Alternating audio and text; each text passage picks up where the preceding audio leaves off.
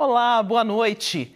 Parte de um trem do metrô pegou fogo hoje à tarde, perto da estação Alto do Céu, em Jaboatão dos Guararapes. Passageiros estavam no vagão quando o incêndio começou na área externa do trem. O último vagão foi totalmente destruído pelas chamas. O trem, que seguia sentido Camaragibe, pela linha Centro, pegou fogo entre as estações Alto do Céu e Curado. Foi no bairro de Cavaleiro, em Jaboatão dos Guararapes. Moradores da área filmaram com um celular o momento em que os passageiros desciam dos vagões. Algumas pessoas da vizinhança ainda não tinham se dado conta de que o problema desta vez era o fogo. Quebrou de novo. Tá pegando fogo, mãe, o metrô. Foi um momento de muito desespero entre os passageiros. Pelo vídeo gravado por eles próprios, dava para ver que tinham crianças. Meu Deus, que agonia! Que agonia agora! As chamas se espalharam rapidamente. Foi muita fumaça escura saindo de dentro do trem. Dona Célia acompanhou tudo da janela de casa. Ficou bastante assustada. Ele veio parando aos poucos e começou um tipo de faísca no primeiro vagão. Quer dizer, no último, né? Que no que o maquinista estava do lado de cá, né? Ele ia para o Alto do Céu, então no último vagão. E eu disse, esse metrô vai parar, porque está saindo fogo. Ela estava preocupada com os passageiros. Fiquei com muito medo, né? Que poderia ser ter alguma explosão, que vai explodir, não passem aí não, vai explodir. Aí eu fiquei com muito medo, não vou mentir. Dona Neide teve medo de que as chamas se espalhassem ainda mais. Fiquei assustada porque assim, eu achava que esses fios podiam mexer com as casas da gente, tá entendendo? Aí eu fiquei com muito medo. Os bombeiros foram chamados. A vizinhança também registrou o trabalho deles. De acordo com os bombeiros, foram 6 viaturas. Foram usados 20 mil litros de água. E 21 militares trabalharam para controlar o fogo. Tem os cuidados por causa da questão da energia, né? E a equipe, quando deu ciência que estava desenergizado, a gente já começou a atuar e de forma a combater o primeiro vagão, que ele estava confinado, as chamas estavam confinadas no primeiro vagão, e no segundo, de forma parcial, e no terceiro, na sua parte superior. Ainda de acordo com os bombeiros, ninguém se feriu. Não teve vítimas. A gente, quando atuou, as composições já estavam todas devidamente sem as pessoas, sem os usuários. Seu Josevaldo ia pegar o metrô da linha Centro. Teve que tentar outra forma de chegar ao serviço, onde trabalha como porteiro, no bairro de Boa Viagem, zona sul do Recife. Procurar outra linha do outro ramal, ou então tem que procurar um ônibus para chegar até o destino. A Companhia Brasileira de Trens Urbanos disse que o incêndio foi provocado por um curto-circuito na rede elétrica. Ainda de acordo com a CBTU, o maquinista solicitou a retirada dos passageiros e ninguém ficou ferido. A CBTU informou que o problema de energia atingiu todos os ramais da linha Centro, que precisou ser fechada, sem previsão de voltar a funcionar. A CBTU disse também que técnicos vão trabalhar todo o fim de semana para a normalização do sistema e que uma comissão interna vai apurar o acontecido. E um acidente envolvendo 4 carros deixou pelo menos 5 pessoas feridas hoje à tarde em Boa Viagem, na Zona Sul. O acidente aconteceu na Avenida Domingos Ferreira, perto do cruzamento com a rua Padre Bernardino Pessoa. Um dos carros ficou com a lateral totalmente destruída. Pedaços dos veículos ficaram espalhados pela avenida e pela calçada. O acidente foi por volta das 4h30 da tarde. De acordo com testemunhas, os carros seguiam pela faixa da esquerda, quando o motorista de um deles perdeu o controle e acabou provocando a batida. Um dos carros atravessou o canteiro central. Com o impacto, uma luminária e palmeiras foram arrancadas. De acordo com a CTTU, 5 pessoas precisaram ser socorridas, entre elas um bebê. Pacientes que sofrem com doenças renais sem cura estão fazendo parte de testes para novos medicamentos no Centro de Pesquisas do Hospital das Clínicas, na Universidade Federal de Pernambuco. Anaximandro descobriu em 2019 que tem nefropatia por IgA, uma doença nos rins que causa perda de proteína e sangue na urina. Ele não sentia dor. O diagnóstico veio num exame de rotina e a notícia da falta de tratamento gerou preocupação. Apenas existia um paliativo que eu pudesse ir convivendo com a doença, mas não tinha uma cura. Então, pensava que um dia eu podia chegar ao ponto de fazer hemodiálise. Em 2023, ele se tornou voluntário num estudo de um novo remédio para a doença dele. A pesquisa, que está no estágio intermediário, é feita no Centro de Pesquisa Clínica Professor Salomão Kellner, do Hospital das Clínicas, na UFPE. Todo mês, Anaximandro vem do município de Escada, na Mata Sul, receber a injeção com uma dose do medicamento, desenvolvido por um laboratório japonês. A terapia promete controlar o dano aos rins, agindo na causa da doença. Quando a gente é voluntário num tratamento como esse, a gente sabe que a gente pode abrir esperança, não só para o meu problema, mas também para outras pessoas que vão enfrentar as mesmas dificuldades lá na frente. A gente sabe que todo tratamento tem um risco, né? Mas eu pesquisei bem esse assunto, eu fui muito bem indicado não só pelas médicas aqui do estudo, mas pelo meu nefrologista. A médica Gisele Weigel está envolvida em 12 estudos de terapias inovadoras para doenças nos rins. São medicamentos novos que não existem no Brasil e chegam a custar $1.500.000. Eles são testados por vários pesquisadores no mundo ao mesmo tempo antes de chegar ao mercado. Cada centro, né, tem a sua casuística, isso vai somando para dar mais força estatística ao estudo. E para nós é muito importante, para a nossa população, que não tem acesso a essas drogas. Então, são drogas que não existem no Brasil, nem na rede pública, nem na rede privada. E esses pacientes têm acesso aqui, dentro de um protocolo de pesquisa clínica. Um dos estudos mais avançados no centro é de um medicamento produzido nos Estados Unidos para uma doença renal chamada GESF, glomerulosclerose segmentar e focal, que também não tem tratamento. O teste em 3 pacientes indica um futuro promissor. É uma doença que, se não tratada, leva o paciente a perder proteína e levar à falência renal, necessidade de diálise ou transplante. Então, o que a droga faz é que ela diminui a perda de proteína na urina e preserva a função renal desse paciente, fazendo com que ele não precise fazer transplante nem diálise. O Centro de Pesquisa Clínica foi inaugurado no final de 2022 e atualmente tem 42 estudos em andamento, em diferentes estágios para diversas doenças. Algumas são raras, outras ainda não têm um tratamento muito eficaz, como o câncer de bexiga, lúpus e asma. A gente recebe a fase 3, que é quando eu vou testar o medicamento em pessoas com uma doença. A gente precisa demonstrar que existe eficácia e segurança para tratamento dessas pessoas e aí sim a gente recebe esses estudos para incluir pacientes doentes, né? Pessoas que têm aquela doença que é o foco daquele estudo. São as empresas farmacêuticas que financiam os estudos no Centro de Pesquisa Clínica. Os pacientes voluntários são encontrados nos atendimentos de rotina do HC, que é gerenciado pela Empresa Brasileira de Serviços Hospitalares. Nós mostramos a visita do ministro da Educação, Camilo Santana, ao Centro de Pesquisa no mês de julho. O local tinha passado por obras de ampliação. O espaço tem consultórios, sala de coleta, processamento e guarda de amostras biológicas. A gente sabe que no futuro, embora hoje ele não esteja disponível, mas a partir do momento que ele mostra que ele é eficaz e que ele é seguro, é importante que ele seja seguro também, esse remédio será aprovado, ele vai ser comercializado. No início eles têm um preço muito alto, porque o custo, né, para você colocar um remédio no mercado é muito alto, né? Ele passa a atender a população, muitas vezes ele é incorporado até no SUS. Esperança para esses pacientes, né? Hora de conhecer alguns destaques do Fantástico de Amanhã. Poliana Brita. Eles ainda nem tiveram alta da maternidade e já simbolizam 2 conquistas gigantes e inéditas da medicina brasileira.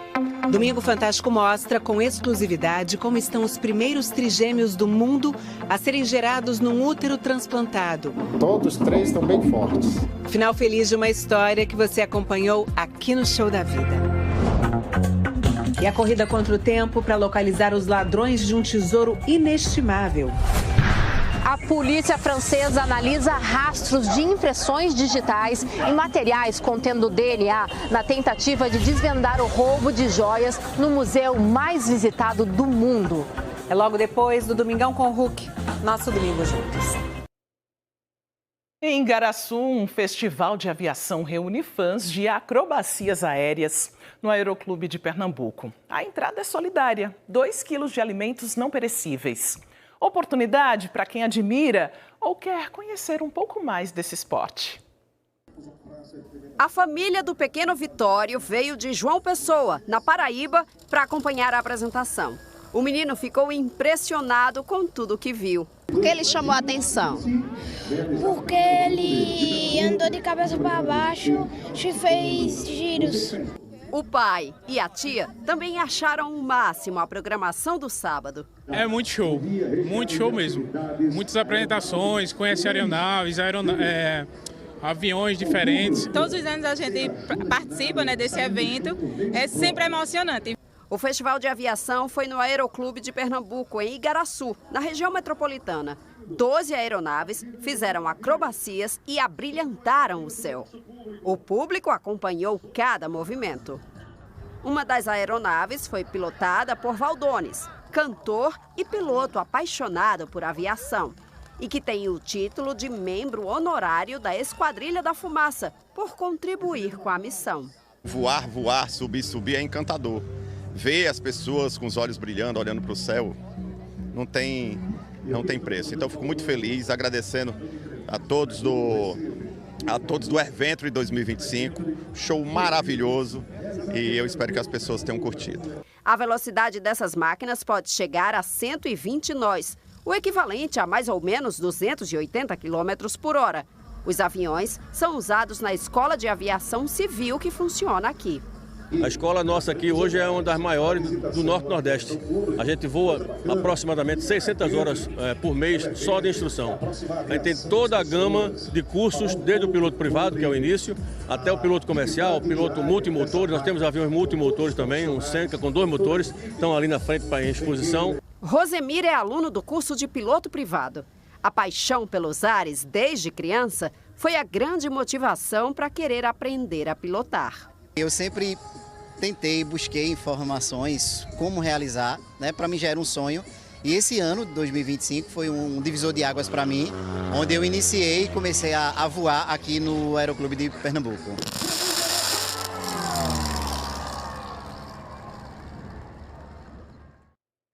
Começou a edição 2025 do Criança Esperança, uma parceria entre a Globo e a Unesco que vai beneficiar 80 instituições em todo o Brasil. E essa edição é bem especial. São 40 anos de Criança Esperança. Por isso, um time formado por várias equipes da TV Globo está promovendo uma maratona com vários desafios que buscam incentivar ainda mais as doações. E aqui em Pernambuco, o desafio é com Bianca Carvalho. Nossa repórter prometeu que no Bom Dia Pernambuco, de segunda-feira, no Marco Zero, vai carregar a boneca gigante feita em homenagem a ela e entrevistar as pessoas. Mas para ela fazer isso, a gente tem que bater uma meta: arrecadar até o fim da noite de hoje R$1 milhão em doações. Então vamos nessa? A boneca gigante pesa 20 quilos. Bianca está se preparando para cumprir o desafio e a gente conta com a colaboração de cada um. Então, vem com a gente nessa rede de solidariedade. Participe!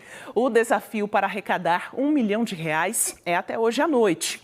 Mas as doações podem ser feitas até segunda-feira, dia 27 de outubro. Você pode fazer a sua doação pelos telefones 0500 2025 007 para doar R$ 7, 0500 2025 020 para doar R$ 20, 0500 2025 040 para doar R$ 40. Pela chave Pix, esperanca@unesco.org, você doa o valor que quiser e puder durante o ano todo. E no site do Criança Esperança, pode doar o ano inteiro, qualquer valor, a partir de R$1. O site é o criancaesperanca.com.br, sem acento, sem cedilha. É para você participar. E no Recife, o jazz, um ritmo que teve origem nos Estados Unidos, se mistura ao improviso da música nordestina. É o projeto Panela do Jazz, que além de música, também tem artesanato e gastronomia. O Poço da Panela virou reduto de arte, cultura e empreendedorismo na zona norte do Recife. As crianças curtiram na companhia dos pais. Um clima bem gostoso e todos esses eventos que fazem aqui no Poço é bem família, bem tranquilo, dá para aproveitar bastante. A edição 2025 do projeto Panela do Jazz levou muitas famílias para a rua hoje à tarde. Mais de 40 expositores aproveitaram o movimento para mostrar seus produtos nessa feirinha. Roupas, acessórios, comida, tinha de tudo. Já conhecia o evento como passeando, né, como moradora daqui da cidade e adorei, tanto é que voltamos para expor nossos produtos. Fundamental, né, para a gente conseguir alcançar o maior público possível, como um público misto que vem para cá, todas as idades, e aí gostam de cultura e gostam de moda autoral, né? E a procura tá boa, tá vendendo bem? Tá sim, tá maravilhosa. O projeto começou em 2018 e, como o nome diz, é uma grande homenagem ao estilo musical que nasceu nos Estados Unidos, mas se espalhou pelo mundo e inspirou muita gente aqui em Pernambuco. O Panela do Jazz, aqui em 2025, vem com uma temática Raízes Improviso, a alma das cordas nordestinas do jazz contemporâneo brasileiro, em homenagem aos 90 anos de Heraldo Dumont, que um guitarrista que criou uma estética de improvisação. Na verdade, ele é um divisor de águas aqui na nossa música jazzística brasileira, essencialmente brasileira, né, trazendo as matrizes tradicionais do forró como elementos para a técnica de improvisação. Então ele revolucionou a nossa linguagem musical jazzística e o Panela Jazz está enaltecendo toda essa imagem do nosso homenageado. E um festival que tem música na essência tem que ter palco. Este ano são 2. Aqui no principal, as apresentações começaram às 4 da tarde. E até o fim da noite, bandas de Pernambuco e de outros estados do Nordeste devem passar por ele. Programação diversa e de graça, que agradou o público do Recife e de fora também. A primeira vez, maravilhoso, eu não conhecia esse espaço. Aqui tudo é muito lindo. Tudo é arte, né? Tudo é arte, tudo é cultura, tudo é Pernambuco, tudo é Recife! Faltam 2 semanas para o início do Exame Nacional do Ensino Médio e o Globo Comunidade Educação de amanhã vai mostrar a importância dos números para subir a nota. Juliano Roque. Minha gente, no segundo domingo do Enem tem prova de matemática e ciências da natureza. Aí a nossa conversa vai ser sobre os números. Nós vamos falar sobre a importância de entender bem os cálculos para se dar muito bem nas provas de matemática, química e física. E também de biologia, viu? Porque tem questão que parece teoria, mas é na conta que se resolve. O nosso bate-papo vai ser com professores que mandam muito bem nos números e com um estudante que sonha em ser médica. É amanhã, viu? Cedinho, depois da reapresentação do Globo Repórter. Até lá. E tem apresentação daqui a pouco no Teatro do Centro Cultural Instituto Marcos Hacker de Melo, de Romeu e Julieta, em formato de cordel de Ariano Suassuna. Quem está lá e conta tudo pra gente é Daniele Fonseca. Boa noite, Daniele. Boa noite, Maristela. Boa noite para todos. E estou aqui ao lado do ator, né, que vai interpretar um monólogo. E estamos aqui, então, com Aramis Trindade. Qual é a relação, hein, de uma obra tão clássica que a gente tem na literatura com um cordel? Boa noite. Boa noite, boa noite. Essa relação é muito curiosa, porque é um cruzamento de linguagens que a gente vem lá da Inglaterra, né, para o Nordeste do Brasil. Como dizia Ariano Suassuna, a peça original do escritor inglês William Shakespeare. Tá certo? Agora é bom vocês correrem, porque é daqui a pouco a peça. 20 horas. Umas 8h10, a Aramis deve estar começando, tá certo? Como é o espetáculo? Um monólogo? A peça se divide em 2 partes, não em 2 atos. É um ato só corrido, mas eu chamo 2 partes porque na primeira parte eu faço os 120 versos, acompanhados de uma trilha original, composta pelo Zé da Flauta, uma trilha armorial. Então esse poema dura 20 minutos. E na segunda parte eu faço justamente uma mimetização do Ariano Suassuna, numa mini aula espetáculo, digamos assim, mostrando a diferença entre as obras e contando também alguns causos jocosos que o próprio Ariano pediu para eu reproduzir e alguns Uns eu catei, outros eu escrevi. Então essa segunda parte é bem engraçada, quando eu imito o Ariano. Então sai uma imitaçãozinha dele aí agora. Mais evidente. Olha, eu vou dizer uma coisa a vocês. Eu conheci Aramis, tá certo? Foi no Alto da Compadecida, quando ele fez aquele papel daquele delegado bem frouxo, que é o Cabo 70, tá certo? E aproveitando o bordão do Cabo 70, como dizia o Cabo 70, não é? Teatro é bom demais. É ou não é? Esse era o bordão do Cabo 70. Aramis Trindade, foi um prazer conversar com você aqui no NE12 de hoje. E a gente chama aí o pessoal. O espetáculo começa às 8 horas, 8h10 um pouquinho, né? Como ele disse, aqui no Centro Cultural, que fica em Boa Viagem, na Zona Sul do Recife. Ingressos a partir de R$ 66. A gente volta contigo aí no estúdio do NE2. Maristela Nis, é contigo que está convidada também, viu? Se correr, dá tempo dela vir.